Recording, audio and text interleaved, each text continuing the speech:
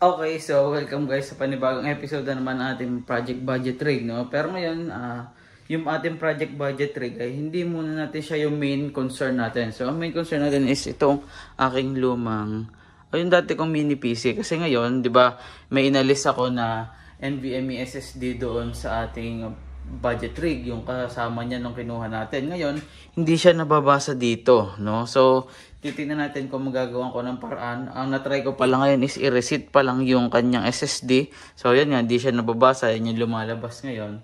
So, tingnan natin kung ano pa mga magagawa kong paraan. Na-try ko baliktarin yung SSD kung mababasa niya, no? Kung hindi pa rin, tatry ko ulit sa BIOS. Pupuntahan ko tong BIOS. Tapos, update ko na lang kayo, no? So, yun lang. Balikan ko later. Ayan guys, yung lumalabas na error, no? So, ibig sabihin, hindi niya talaga nare-read yung SSD na nakakabit ngayon. So, again, tatry ko muna baliktarin siya. Tapos, tingnan ko ulit kung ganito pa rin. Kung ganito pa rin, tatry ko naman na sa SATA SSD siya i-boot up. Tingnan natin kung mag-work. So, ang gagawin ko doon, i-clone ko yung nandun sa PC. Tapos, alay ko doon sa SATA SSD. Tapos, tatry ko i-plug in dito. Tingnan natin kung mag-work. No? So, yun lang. I'll be back. Okay, so yun na guys, no, hindi na nga mabasa yung ating NVMe SSD do sa mini PC. So, kahit baliktarin ko pala siya, hindi siya papasok do sa slot. So, hindi talaga siya nare-read noong ating mini PC. So, syempre, ayoko namang alisin dito yung dati kong SSD kasi nandito na yung OS sa ating budget rig. So, again, ang gagawin ko, meron tayo dito ang SATA SSD, somewhere dyan na 256GB din, and then i-clone ko siya. I-clone ko tong laman ng SSD na to doon para itong SATA SSD na to yung lalagay ko dun sa mini PC na nasa ibaba, no? So nag-install na ako dito ng Macrium Reflect, no? So siguro ilalagay ko sa description box yung tawag dito.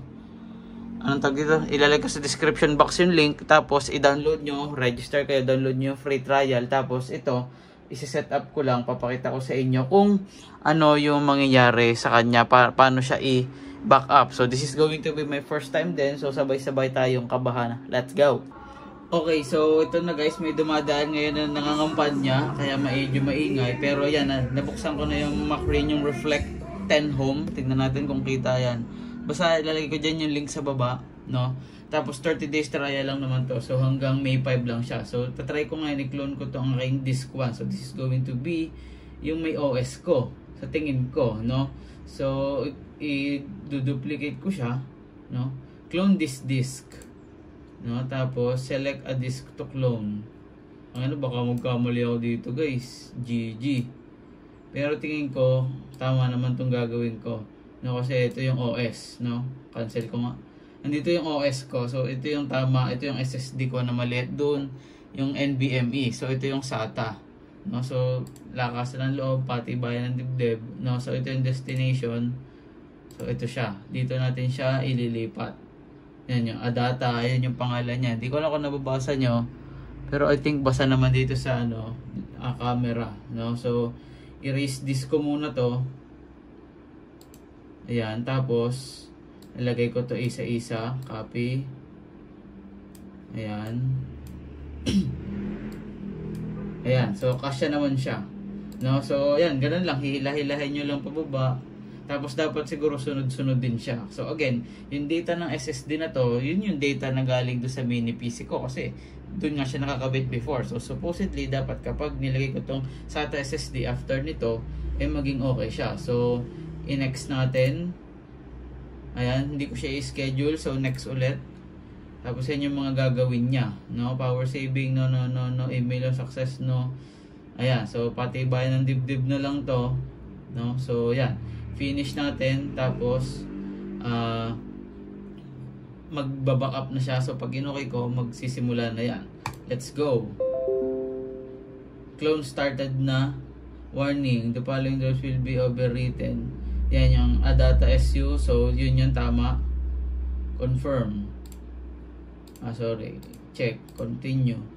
Ayan. So, hintayin lang natin ito matapos. Tapos, after nyan, pagtapos na, siguro magre-reboot yan. Hindi ko alam kung anong mangyayari. Pero, after nun, pwede ko na isaksak yung SSD. Yung SATA SSD na natin dito, doon sa mini PC. No? So, tingnan natin kung gaano katagal siya matatapos. No? So, yan. Transfer rate 2.2 gig per second. Yan, time remaining 6 minutes kasi wala naman masyadong laman tong SSD na to, puro files lang, no? Yung ano lang, siguro ang pinakamalaking file na dyan, yung Left 4 Dead 2, yun lang naman kasi nilalaro ko. So, pagtapos na, sige, hintayin ko matapos na naka-record, no? Para maganda. Yan, nabangan natin.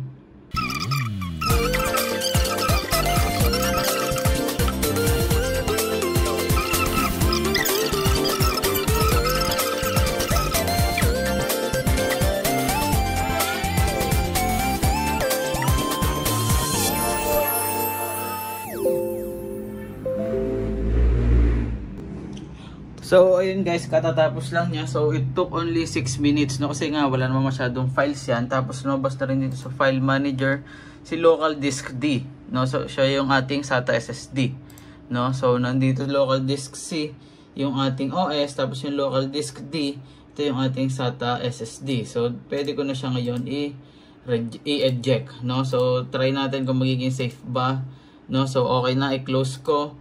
Tapos syempre, kailangan kong i-shutdown yung PC. Tapos tsaka ko i-unplug yung SATA SSD. Tapos ang sunod doon, syempre, kailangan kong i-try muna kung mabubuhay itong PC na nawala yung SATA SSD. Kasi baka mamaya nagpalit siya ng boot loader.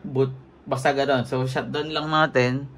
Ayan. Tapos ubusin natin yung charge nitong system unit natin. And then tsaka natin malalaman kung okay pa ba tong PC ko nang wala yung SATA SSD. Let's go! Okay, so ayan na guys, nabuksan na natin, nalista natin yung case niya. So ayan yung ating SATA SSD, nakatayo lang siya dyan, no? So aalisin ko lang, tapos itry na natin siyang buhayin ulit. So ubusin lang natin yung charge. And then alisin ko na yan, no? So balikan ko kayo. Okay, so moment of truth na guys, naalista natin, nasaksak ko na yung cable. So time to boot na. Tingnan natin kung okay pa ba siya, kung mabubuhay pa ba. Ay, natumba siya. Natumba siya. Kailangan natin siyang itayo, no? So, sana mabuhay kasi kinulon ko lang naman to, no? Para malagay ko dun sa mini PC. Yan, tingnan natin. Wala na, mukha namang walang problema. Bang, okay pa din siya, no? So, working pa din. So,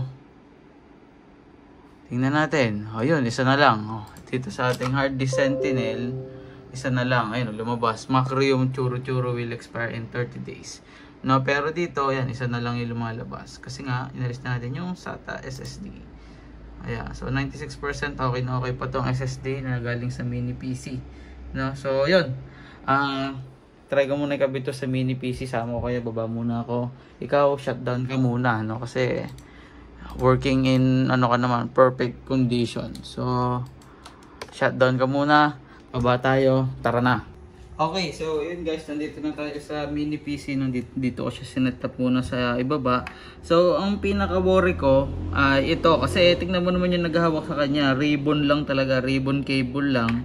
Na kapag baka iniisip ko, baka pag lumuwag, bigla siyang hindi mag-boot. So, medyo mahalaga pa naman yung paggagamitan ko sa kanya. No, pero yun, tiwala lang. Ito yung SSD na kasama nung PC natin na di na nga binabasa nitong ating mini PC, no? So tingnan natin, i-plug in ko lang to. Mukha namang tamang orientation, no? So syempre dahan-dahan and careful. Harangan kasi pagka ano ano, so sana mag-boot siya kasi same data na to nung inalis natin na NVMe SSD sa kanya, no? So yan, saksak na natin. Okay naman, wala namang problema. Tapos yung case, nasaan yung case? Yung taklob niya. Ito, no? So, hindi ko na kung mamamount ko pa to ng pa vertical. Kasi nga may SSD. Pero mukhang okay naman, namamount pa naman siya, no? So, yun na tayo ngayon. Saksak ko lang yung mga kailangan natin. Syempre, power. This is the power. Mouse and keyboard and mouse. Hindi ko sure kung alin sa kanila, pero magkatabi naman yan. Tapos monitor ng ating work equipment, hiram muna tayo. Tapos pindutin na natin ang power button. Ayan, pindot ko na guys, pwede ka na mabuhay. Ayan, tingnan natin ngayon kung Meron bang, let's say, ayan, tumunog siya. So, enter. Yan, na-detect niya yung SSD natin doon. So, ang hindi ko alam ay kung madidetect niya yung OS. So, sana, no? Kasi wala nang ibang ano yan. OS. Kung hindi, kailangan pa natin siyang iset sa BIOS. So, sana magkaroon. Naku, hindi niya nadedetect pa din. Yung SSD lang ang nadedetect niya. Uy, nagloading.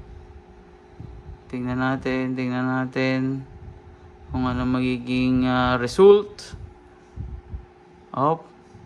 Kumikidlat-kidlat. Tingnan natin kung anong sunod na mangyayari. Getting devices ready. May lumabas. I think magbo-boot siya, guys. Cross fingers. Magtiwala tayo na magagamit natin siya.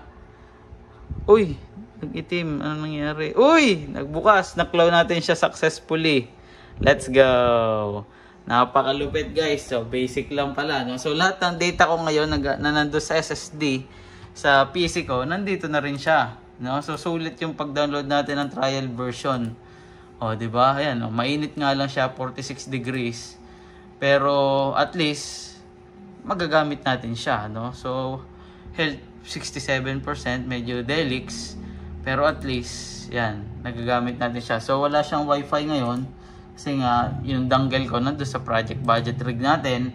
Pero may LAN cable naman dito. So, meron to LAN slot. So, yun ang gagamitin natin kapag nag-work na, no? So, congratulate nyo naman ako, guys. Mag-comment kayo dyan sa baba. Kung natuto kayo kung paano mag-clone gamit ang Macrium mula sa dating SSD papunta sa lumang SSD or sa bagong SSD para magamit natin yung OS. No? So, syempre, magpapalit pa rin naman ako ng NVMe SSD. Pero syempre, kailangan pa rin natin mag-ipon. No? So, ayun. Hanggang dito na lang muna. Sana meron kayo natutunan kahit pa paano. Huwag niyo kalimutan mag-like, comment, subscribe. Let's go!